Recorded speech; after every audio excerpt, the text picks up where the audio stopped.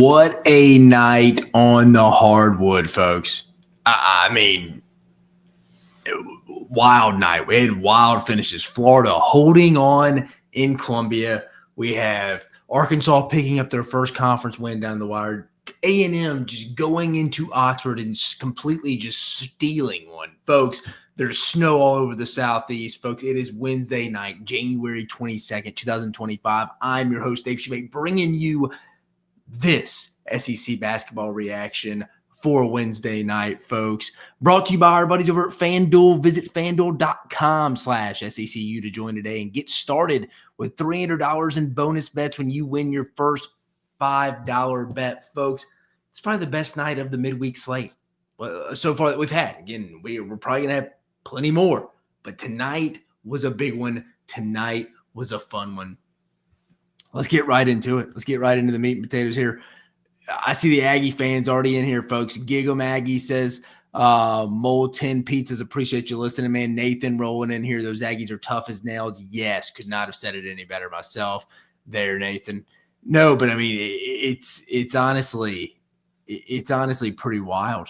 I mean, what Texas A&M was, I mean, they didn't lead till the very end. They get the 63-62 rock fight win at the Pavilion, and that means a lot right now. Ole Miss playing good basketball, even in their loss on the road Saturday in Starkville. I thought Ole Miss was still playing good basketball, but Texas A&M shoots 38% from the field, 28% from beyond the arc. Again, both teams not great offensively. 36% for the Rebels from the field, 31% for the Rebs from beyond the arc. Rebounds, 48-31. This was my concern here. And I was telling a buddy today, I told a group of friends from Ole Miss, if you've listened to the show from originally from the coast of Mississippi, they have 8-9 inches of snow. I know we're a little off target, but that's the kind of day it was. That's the kind of week it's been. It kind of mirrors up, marry together well. But I was telling some guys earlier, Ole Miss has to control the boards like they did against Alabama last week, which statistically, that was an anomaly. Alabama is really good on the boards. Ole Miss is one of the smallest teams in the league. I think the second smallest team, actually. A&M did what they do. Their bread and butter, out-rebounding Ole Miss by 17, 48-31. Turnovers, 20-13. See, that's what scares you with A&M when they go on the road. I mean, not to toot my own horn here, guys, but I went undefeated in midweek picks. Chris did well, too. He just lost the Texas-Missouri one. So they're both pretty hot with a lot of close games this week. So tip of the cap to us. A little humble brag there. But no, turnovers, 20 for A&M. But that's just kind of how they play. They play a little outlandish at times. Wade Taylor, Zurich Phelps. I mean, I don't know. They're a little out of control. Shoot, a little hero ball shoot, get some balls off, get some points off missed rebounds. Off some offensive boards. Just the way A&M Buzz Williams kind of play. I mean, it is what it is. I just had a feel. Just had a feel. This A&M always usually goes and picks up a big road win. They kind of had one earlier. I consider the win in Indianapolis against Purdue as a road win, if I'm being completely honest. But Ole Miss controlled this. Largest lead was 11 for the Rebs. For the Aggies, 14 points for Zurich Phelps from the field, 6-19. Wade Taylor only 4, 2-12 from beyond the arc, 0-6 from beyond the arc, 2-12 from the field, excuse me. Again, you can tell that groin injury for Wade Taylor is still affecting him. It'll be interesting to see how much the Aggies kind of rest him going in, because I think at this point, I'm speaking a little tongue-in-cheek here. I don't think A&M is really going to win the league. I don't really think A&M has much of a chance. I'm sorry, A&M fans. I think I think it's more of a compliment. I was telling someone else this today. I think it's more of a compliment to Auburn. I don't think Alabama can afford many more losses, because I don't think Auburn's going to lose many games, more than 3 games. I don't think they're going to lose any games at home. So you can't get too far behind, especially when you only play a team one time. That's where Ole Miss is getting themselves in trouble. That was one you got to hold serve at home if you really want to compete for the league. I mean, they know they went and stole one in Tuscaloosa last week, but that was a big one. But overall, it wasn't a great offensive kind of performance across the Manny Obaseki across the board. Oh man, what a big 3 late. What a big 3 late. Those are the type of shots that steal wins just on the road. I mean, Ole Miss just turnovers late kept stealing them. And give A&M's pressure late, full court pressure late, the benefit of the doubt. I mean, it's right up Buzz Williams' back pocket. It's right up his alley right there. But, man, Manny Obaseki, that was a big shot. That's a big shot by Obaseki there. I mean, whoo, that was clutch, man. 63-62, big win for the Aggies heading into the weekend, man. A tough loss for Ole Miss. I mean, I know we say it a lot in sports. That's a tough pill to swallow because you're up the whole game. I mean, till the end, and it was just like you look up and you miss a shot by Jermaine Brakefield, rebound, ball's fumbling on the ground, and the clock just expires. And you just tell Beard's just turning the ball over like Carlson. But A&M, this is A&M. This is the DNA of this team. Nitty gritty, just hanging around, trying to have a chance at the end. That's really all you can ask for in the league this year, especially on the road. Just have a chance to win in the final 4 minutes, that under 4-minute media timeout. Massive win for the Aggies. They needed it because, I mean, even when I was doing my power rankings this week, I kind of felt like, where do I rank A&M? What do we really –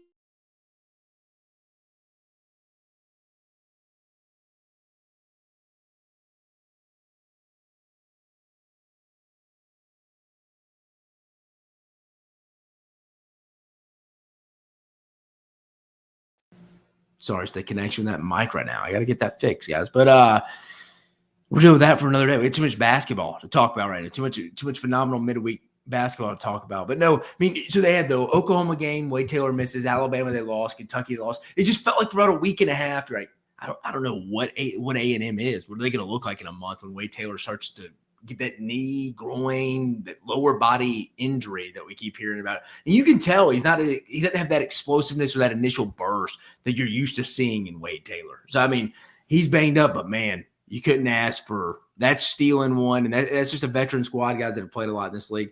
What's coming up next for the Aggies this weekend? A&M will travel to Texas. You heard Buzz complain a little bit about Texas getting the scheduling advantage. Played the game yesterday at home. They got a full extra day. A&M goes and plays that early game. And they got to take it on the road. I mean, granted, it's a bus trip. I mean, for anyone who's familiar with it, I worked for A&M, Texas A&M football. I mean, it was an hour and 45, 2 hours. It's not too bad. First world problems here, but it's funny. Everybody has their thoughts on the Texas scheduling in all sports. Kirby Smart and Buzz Williams. Let's get them on the phone. Let's get them on the phone together with a call with Greg Sankey. See how that goes. But Texas A&M heading to go play Texas for the second time at the Moody Center. Texas will be looking for some revenge for that 2:30 p.m. tip on ESPN2 for the Rebels. Rebels have a big one. This is a big game overall for both teams here. At Missouri on Saturday, 6 p.m. Eastern on the SEC Network. It's a big game for both Dennis Gates and Chris Beard squad. Both coming off tough losses. Missouri at Texas last night. Obviously, Ole Miss, we discussed, losing at home to Texas A&M. Always just a bitter taste when you lose one at home. It is. We've seen it happen a few times. I thought it is hard to win on the road, but we've seen it happen a few times.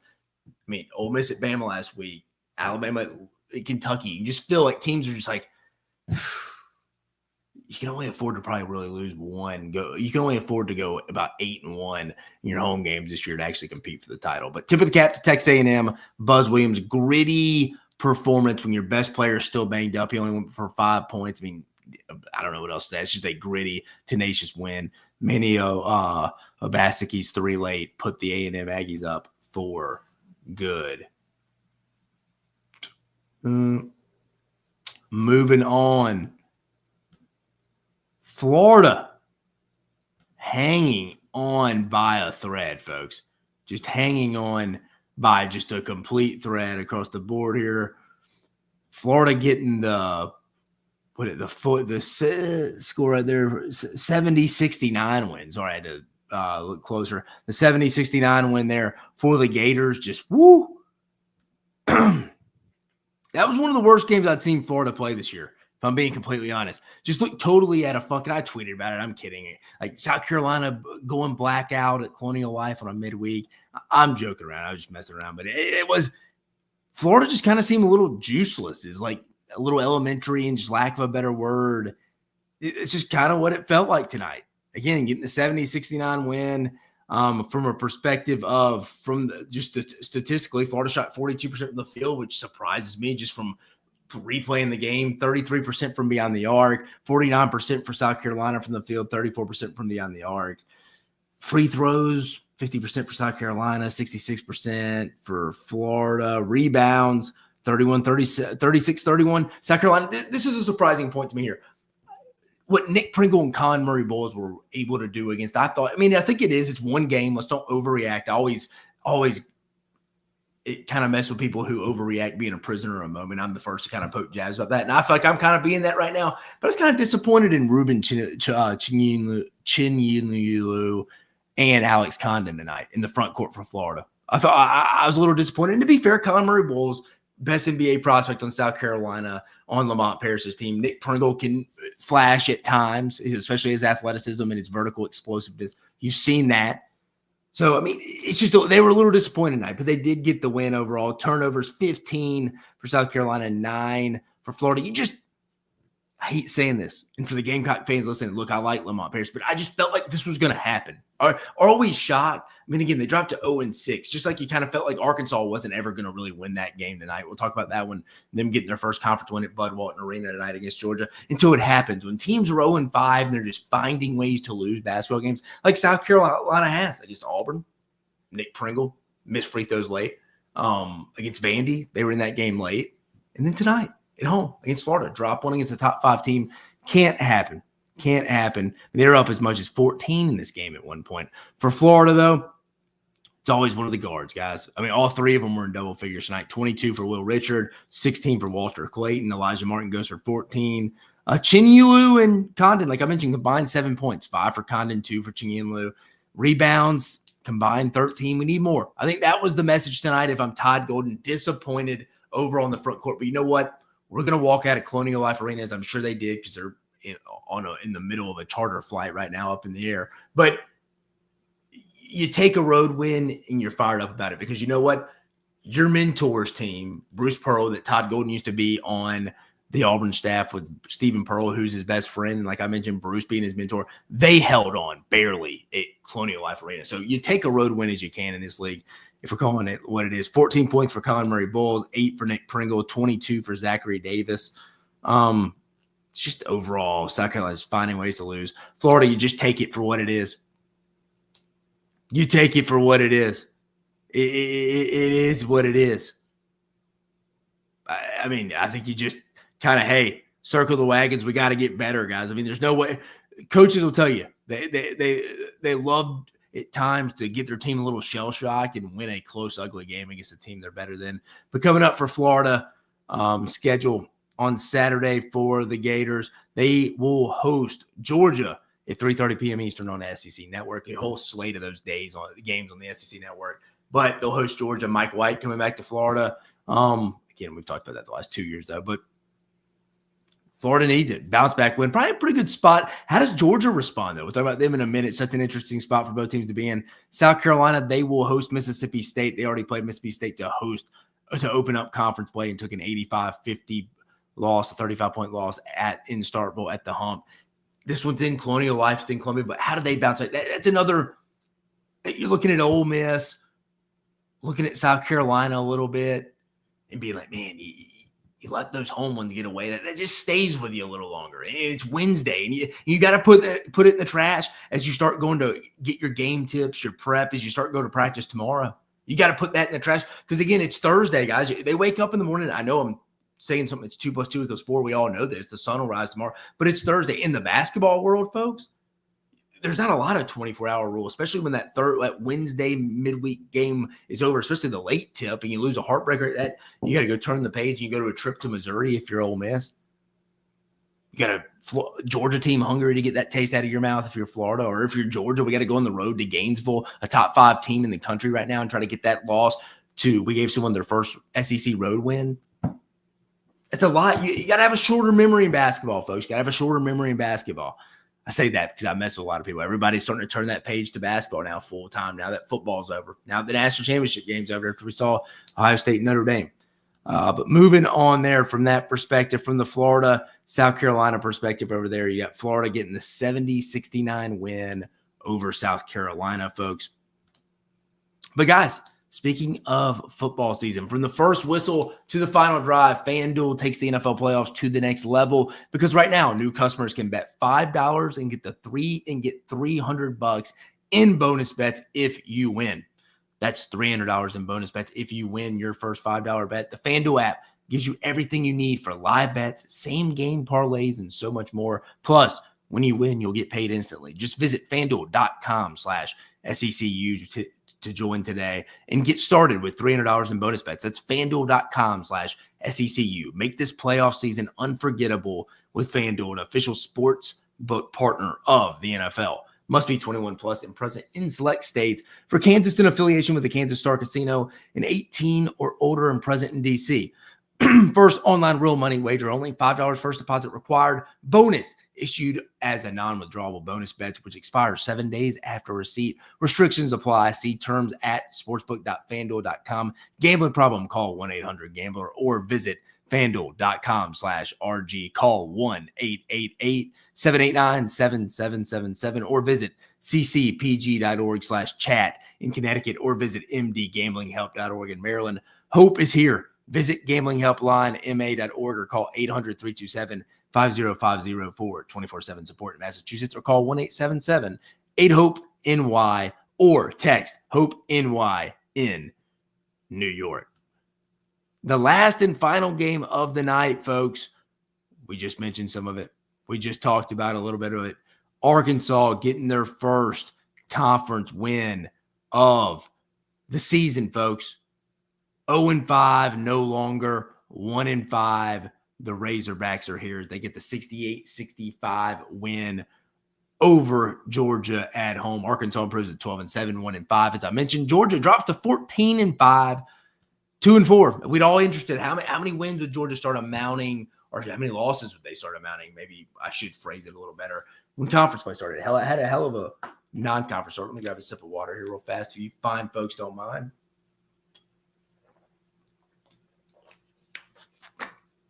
Like I mentioned, there's some low-scoring games tonight, though, folks. Some low-scoring games. 68-65, Arkansas hangs on. First conference W. They shot 31% from the field and 13% from three-point range. If you probably gave John Calipari those numbers before and said, Cal, do you win or lose? He's probably like, no way, Jose. There's no way. Not with Boogie, not without the hand, with the hand injury. 31% from the field, 13% from beyond the arc. Not going to get it done most nights. For Georgia, 43% from the field, 35%. That's a little more like it. It's a little more like it here. And as we can tell, guys, I'm always reacting just as you are. I'll go back and watch these 15-minute cut-ups of these games after you can go find on YouTube. I highly encourage you to. They're good cut-ups. I forget what the guy's name is. I want to give him the proper credit. I feel bad not doing that. But that's when you can dive a little deeper. I'm reacting just as you are. I'm creating this in these final minutes of this game. So I'm like, where's the points here? 40-30 plus 10 rebounding margin for Arkansas here. And then turnovers, 13-10. Arkansas is plus 3 in turnover margin. It's just Georgia could never put that finishing kind of just like run on them. They're up 38-26, up 12 at half. I mean, I think we all thought like this was a must win tonight. Absolutely. And their game, I know we're getting a little ahead of ourselves. Their game Saturday when they host Oklahoma, must win for John Calipari in Arkansas. I mean, you got to get to 2-6 at the end of this week. That was the goal. You had to.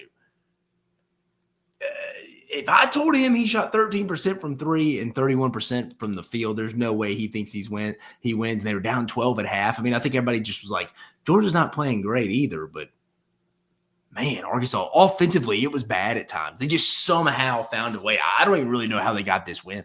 It's kind of amazing they did. It was ugly. But as Cal said postgame, you just kind of take it. There's no easy nights in this league, as we were talking about. Going to Arkansas, we'll give them their flowers first. 17 points for Adu Thero. I mentioned on my social media today, most improved player in the league as we stand right now. I mentioned Aiden Holloway. I thought Chaney Johnson from Auburn's gotten a lot better. Someone mentioned Adu Thero, the Kentucky transfer to Arkansas now, came with Cal. I agree. That was a great one. 17 points tonight, 6 rebounds, big contributor, big reason why they won tonight. 13 points for Carter Knox. Thought he played well today, 6 rebounds as well. Got some big shots from Jonas Adu. Nellie Davis, you heard Cal say they went back and watched some FAU film. Marie came over, transfer from FAU. People just starting to join our basketball content. Was on that Final Four team a couple years ago. They went back and kind of, hey, how can we implement him as more the full-time point guard now that Nellie Davis is going to be out? Probably for most of the year, I would venture to probably say at this point. They have 8 scholarship players. This was just kind of a gutted-out win. It wasn't pretty. It wasn't a show-your-work kind of math test you had to turn in. They just wanted the answers, and it ended up being 68-65 plus 3 in Arkansas's favor. That's what happened tonight, folks. Some way, somehow, they got it done and give them credit. I mean, with 8 guys on the bench, Mercal only brought in 9 guys. They were short roster in general. You can have 13 scholarship guys in basketball, guys. Remember that. 13. I think most people know the 85 rule in football, but in basketball, it's 13, folks. 7 for Big Z off the bench. Trevon Brazil, quiet 7 as well. For Georgia, I mean, Asa Newell doing his thing, 18 points. He ended up fouling out. RJ Godfrey, good role player, 11 points, 3 boards overall. I mean, just wasn't an overall, I mean, really this plus 10, the plus 10 statistic there. Are there Georgia minus 10 in the rebounding percentage, right? If I got out rebounded 40-30.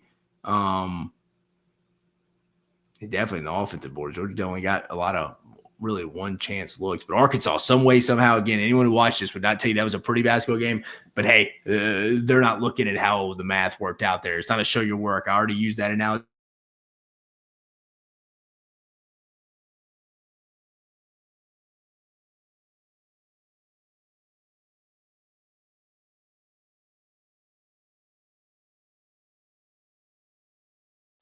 Sorry, guys. It was Oklahoma, Auburn, and Kentucky. It kind of had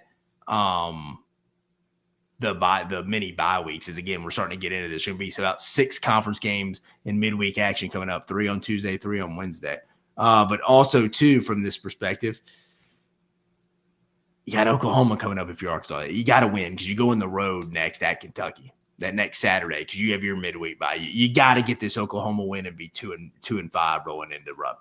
You just have to. For Georgia, we mentioned it. They take the show on the road. Mike White going back to his old Samba grounds to Gainesville to face Florida. Not a must win, but again, this was a win you like to have tonight. You'd be rolling to Gainesville a lot better, or you'd be feeling a lot better because at Florida, that's not. You're never going to say this year that's an automatic a must win. But then you get South Carolina on a short week on Tuesday too, so you need that short week across the board though. And this was not a great start. It's a tough pill to swallow.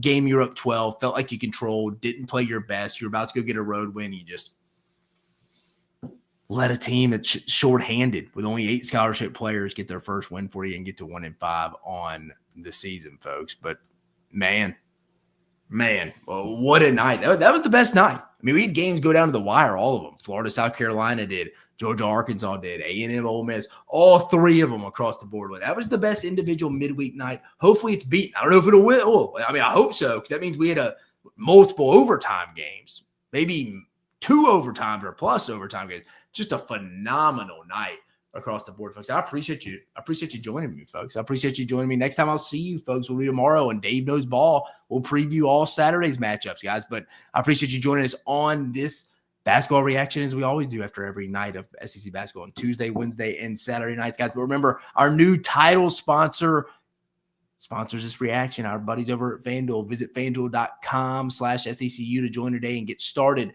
with $300 in bonus bets when you win your first $5 bet, folks. But for Dave Shumate, man, what a hell of a night, folks. I appreciate you joining me. I will see you tomorrow night on Dave Knows Ball. You have a phenomenal rest of your night. Guys, first of all, before we get out of here, if you don't like, subscribe, hit the notification bell on the SEC Unfiltered channel. The road to 20,000 subscribers. We need you, folks.